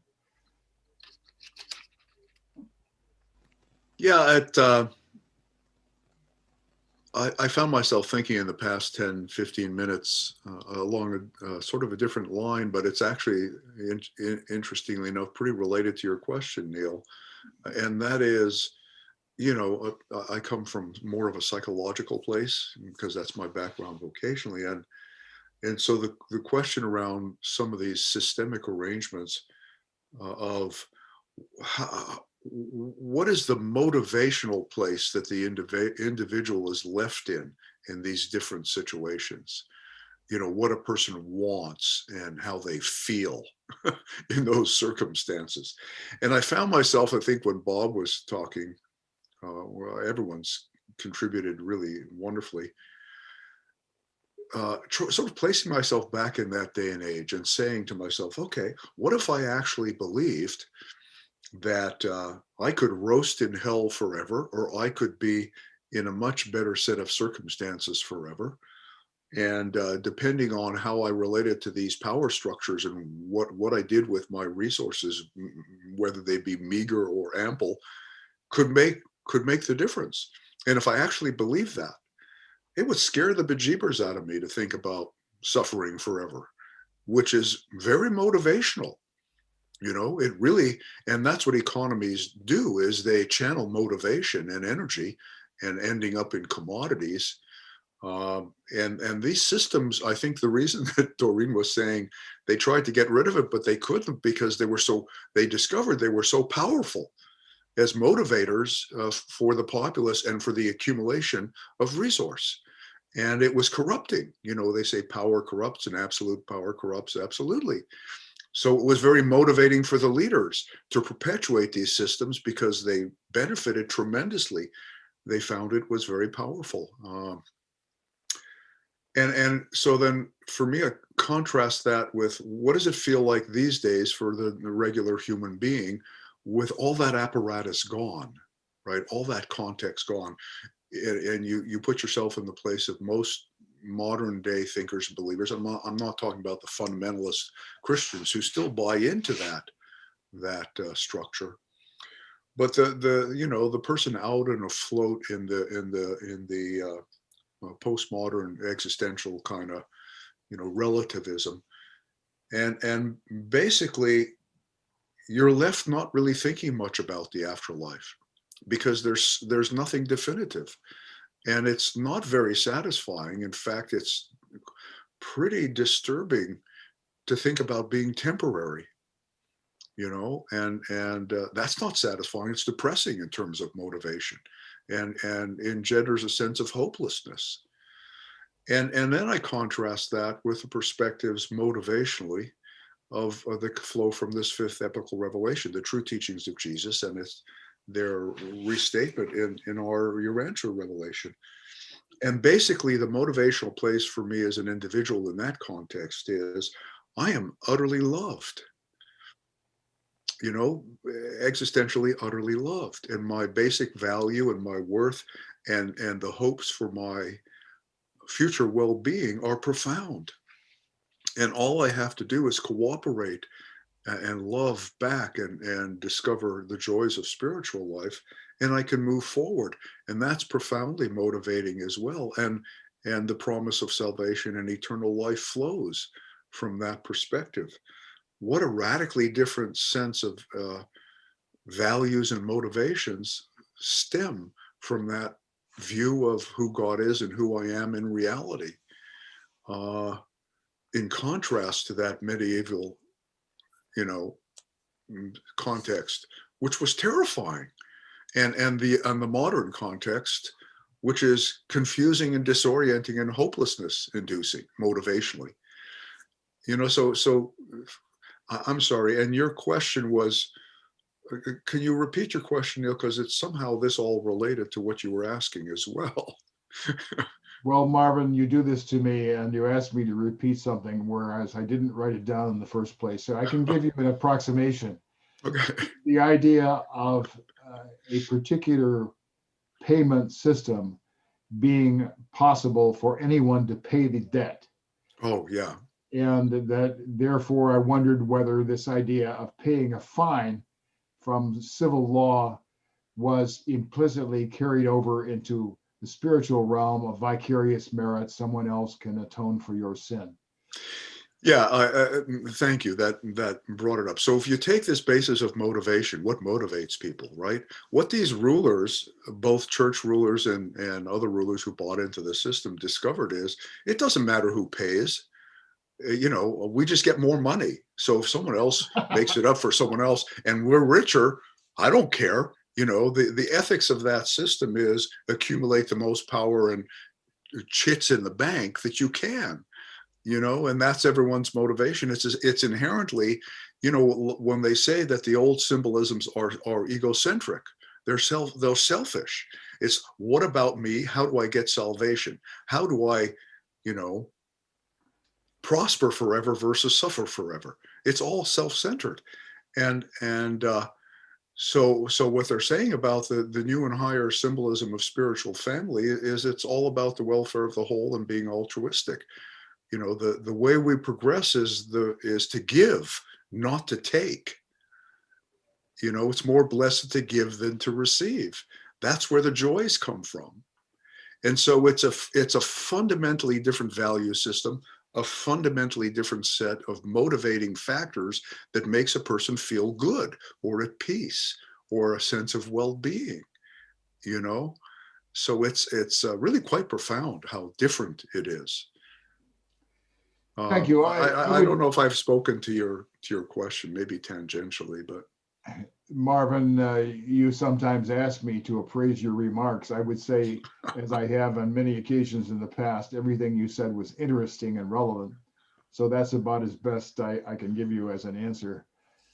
Andre, I would like to highlight the idea of law, and for that matter, if you want, the professional quality of lawyers, of making rules, of enforcing them in a very narrow and theoretical sense, whereby this conception of law and rules and regulations permeated the Christian church at that time. And one may wonder whether it has set itself apart from those conceptions. But please comment on the idea of law and lawyers and the institutional and personal advantage that this effectively conveyed to the church at the time. Yeah, it's a very interesting idea, and part of my hesitation right now is when I think of the purpose of law, and we think about that, say, constitutionally, the idea of ordering a society such that it should function best for all concerned, the greatest good for the greatest number over the greatest length of time, and that this somehow happens through the rule of law. And yet, there is always in law, when there are those that are not functioning from an ethical and moral place, and in my view, when their own spirituality does not override what could be seen as their self-interest in the law, there is a tendency to try to game the system in some way. And in a certain sense, the ecclesiastical authorities of the time, and maybe still today to some extent, although things have shifted quite a bit. We're almost like the house in a casino as well. We've used the law, we've used insurance companies. We may as well bring in the casinos as well, because the house always wins in this game. If I have to pay, something in order to get something to happen, and in the first place, it was paying with my time and my effort in the form of penance and penitentials. But as we're about to see, you're about to lead us in the next question, I hope I'm not a spoiler here, but there's the notion of indulgences.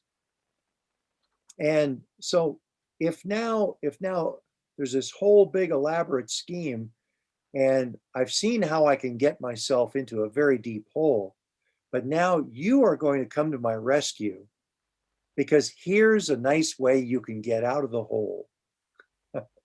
You can pay me something. You can do that. The same thing is very true very much today with the law. There are penalties with certain laws that if I get in trouble, the first thing I want to do is go to a lawyer, because they may actually have a way to get me out of the problem that I've created for myself because of the law. We see that happening all the time, for instance, with the idea of people that get in trouble with the law for taxation, or with drunk driving, or with any kind of infraction of the law. If the penalty is great enough, I want to go to a lawyer. If the penalty is great enough with the church, then I also want to go and find a way out of that with the church.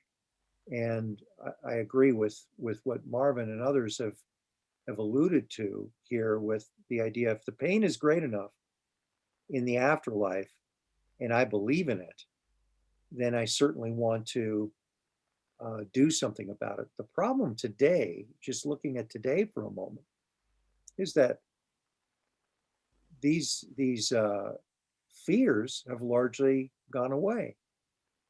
People don't have that, and therefore this no longer works as a way of gaining income for the church.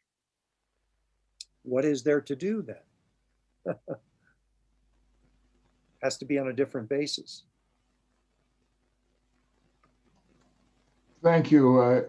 I would ask Bob if the association with law and lawyers gives him any additional thoughts about this question, or if he prefers to answer it in a broader way, that's up to him. Well, that could be a softball question, maybe. This is an interesting discussion, to say the least. We're talking about, somewhere between 1,500 and 1,000 to 800 years ago, or 900 years ago, about things that are actually still affecting us today. I liked Andre's association of somebody figuring out how they're going to get you out of this trouble that you're in. It's almost as though the insight here today seems to me that it almost seems like this system that was developing in the West, Western Europe, because it didn't happen in the Eastern part of the empire as much, which is kind of interesting. The more I think about it, why did it occur so much in all of these barbarian areas? Is what I was thinking about. I might be getting ahead of myself with the question, but some of the question made me think about there was a very close association between the penitentials, the canon law, the secular barbarian law, Roman law that provided some of the structure behind the barbarian law, and they were woven together into this society that they were operating in the same way in many ways. It's a very, you ask a difficult question here, in the fact that, I had to go back a little bit to think about, well, why, how did the barbarian law become overriding over Roman law? Weren't the barbarians really savages? And I think when I go back to my high school class in history, and they gave short shrift to the barbarians. The Huns and the Visigoths came in, and they took over Rome, and oh, by the way, this is how we had all these kings and Germanic Gaul and all these and Germanic tribes. Well, many of the barbarians, and I put that in quotation marks explicitly, because this was the same society. These were Andites. I had to go back and go read about the Andites, and apparently this was the Revelation says that, this was a society that was pretty well advanced, started in Turkestan and moved west. So, the Romans and the barbarians were very closely aligned genetically, built into tribes, and frankly, I find this quite interesting, that it seems as though today that the spiritual or the religious or the theological, however we want to call this, this whole monastery system provided interesting patterns for society to develop. I mean, for Andre to come up with a casino as another analogy just about floored me. And as you said that, Andre, I got thinking about how did the mafia get their ideas? Well, I don't want to pursue that one, but is anything different from those particular patterns that have been developed? I think not. And I think that as we pursue this, we're going to find more about it. One other thing about penitentials that I find very interesting, and I've got a dissertation, by the way, that I am reading. I can't read this stuff fast enough. We're in a PhD session here that we got to do in about 6 weeks, and it's a lot of material, as Doreen says. I concur with you, Doreen. It's a fire hose sometimes coming into a tech guy here. I found a dissertation online that's open source available, and it's called Between Crime and Sin, Penitential Justice in Medieval Germany, 900 to 1200. And it's a recent dissertation, May 2018, and it's a fabulous 250 pages of background material, about wonderful sources that describe how all of this interrelated with canons and secular law and all of the parts of society. And it's a gentleman from your alma mater, Yale University, Neil, candidate for the degree of PhD. I could talk a lot about it, but I found a couple of the interesting thoughts is that the penitentials came to the continent from Ireland, of all places. I haven't found the explanation of how would the penitentials actually be constructed and developed and carry the voltage from the Isle of Ireland in England down to the continent and further on out, and moved actually into the eastern part of the empire. There's some very interesting things going on here, and Marvin, you brought up Columbanus. Yeah, he was an Irish abbot. So there was a lot going on at this time. It was a network. The patterns were being developed for future society, and I think that we're going to find that more of these analogies are probably going to come about as we dig further into these. Back to you, Neil. Thank you. Your comments, but not only yours, comments by others, made me think of the last temple discourse that Jesus gave, and in particular, this paragraph, which is the 12th paragraph in section 1 of paper 175, and I will take the liberty of reading it. Paragraph 12 in section 1 of paper 175, and this is Jesus speaking. He says, "Woe upon you, scribes and Pharisees, hypocrites! You would shut the doors of the kingdom of heaven against sincere men because they happen to be unlearned in the ways of your teaching. You refuse to enter the kingdom and at the same time do everything within your power to prevent all others from entering. You stand with your backs to the door of salvation and fight with all who would enter therein." Unquote. So in my opinion, there is an analogy to this legalistic framework that we are discussing, the idea of the Christian church conducting itself in ways that provided an extremely detailed set of laws and regulations that people, above all, were very afraid of violating for fear of being punished by God. I see Doreen nodding, and I wonder whether she wants to add. Doreen, you're muted at the moment. I think Gary, his turn is next, and I have some things to add. Okay, Gary, you have the floor. Okay, thank you, Doreen. Thank you, Neil.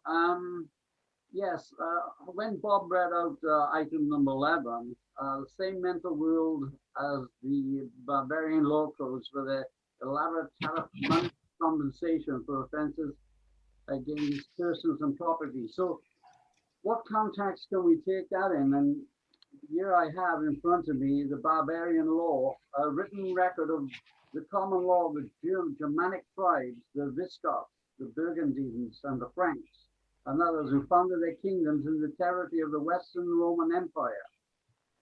So at that particular time, my understanding would be that the Roman Empire was converted to Christianity. When the barbarians came, they decided that's not going to happen anymore. We are going to now, in other words, punish people by putting all these taxes and everything else that they could make sure that they don't follow their faith. And that's how I'm looking at that. But the barbarian law, as I said, was in the Western Roman Empire. That's where it started. Thank you, Gary. I will supplement your remarks by commenting that what we have is a transition wherein the western half of the Roman Empire fell to various barbarian groups. Some of them really amounted to kingdoms, others just small principalities. But they had their own law, and it was not Roman law. Many of them were Christian already at the time that the Roman Empire in the West fell. Some of them, however, were Christians in the Arian sense, considered heretical. But the point is that they had these version of laws, whether they were Christians or not, and it had a conception of offenses and punishment. So that in the analysis that the historian is offering us, this psychology of offenses and specific punishments was carried forward into the Christian framework of thought. And so now I really will carry over to Doreen, who will probably be the final speaker. Okay, I wanted to add to what Bob said because I found the information that he mentioned. And it said, in the beginning of the 5th century, a unique culture developed around the Irish Sea, consisting of what today would be called Wales and Ireland. In this environment, it said Christianity spread from Roman Britain to Ireland, especially aided by the missionary activity of St. Patrick with his first order of patrician clergy, active missionary priests accompanying or following him. Typically, the Britons or Irish ordained by him and his successors, but Patrick had been captured into slavery in Ireland, and following his escape, and later consecration as bishop, he returned to the isle that had enslaved him so that he could bring them the gospel. Soon, Irish missionaries such as Columba and Columbanus spread this Christianity with its distinctive Irish features to Scotland and the continent. One such feature was the system of private penitence, which replaced the former practice of penance as a public rite. So, and that was that. And one more thing I found, just to follow up on, I think it was Gary, what he had said earlier. And he talked about the, in the 11th century, the knights. Gary, you mentioned the Knight Order. And it said they were very, very wealthy people. And they gave them, the people gave them lots of land and gold and goods. Money from England, France, and Spain also was contributed to them. And they were only answerable to the Pope. They laid the foundation for the present banking system. Their model was knights, monks. They slaughtered non-Christians. So they were like their army, you know, and right, Gary? Yeah, I thought you were going to talk about all this, but I figured, well, I had it, so I wanted to Yeah, conclude. no, that's good. That's good. Okay. I would simply like to add a historical observation here that when we reach the questions about the Knights Templar and the Hospitallers, we are in a much later period associated with the Crusades. And so even though they are tangentially related in a conceptual sense, these events are far beyond the scope of our current discussion, which is focusing on the late centuries of the first millennium. All right, ladies and gentlemen, thank you for an extremely interesting discussion. Does anyone wish to put forward final remarks before I close the webinar today? My final remark is that it's wonderful to be here with everybody and carrying on this discussion. It's just wonderful fellowship as well as discussion. Great to see Gary from Wales. We enjoyed each other in Amsterdam as well. And of course, it's always good to see Doreen, you, Neil, you, Bob, and Marvin. We see much too much of each other. It's always good. All right, Gary, I think I saw your video up for An final. embarrassment of riches. All right. Very Okay, good. no, thank you very much. Just to let Thank you know, you. I've just done some double checks, and St. Patrick actually came from Wales. He went from Wales.